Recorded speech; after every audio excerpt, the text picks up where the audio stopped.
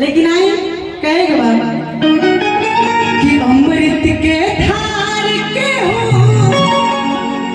अरे कतनो पियाए गो माई भी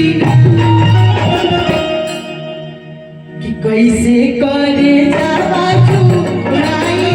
भाई गो माई भी कैसे करे जावा चुराई भाई गो माई भी अमृत के धार के हो कतनो पियाए गो माई भी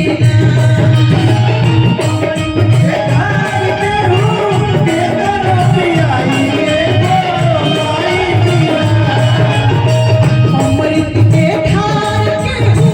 कतनो पियाए गो माई बिना। बहुत ही प्यारा आशीर्वाद हमारे बुआ के तरफ से, बार बार प्रणाम और स्वागत बा, बार बार सम्मान प्यार हमारे बुचिया के तरफ से मिला था कि कैसे करे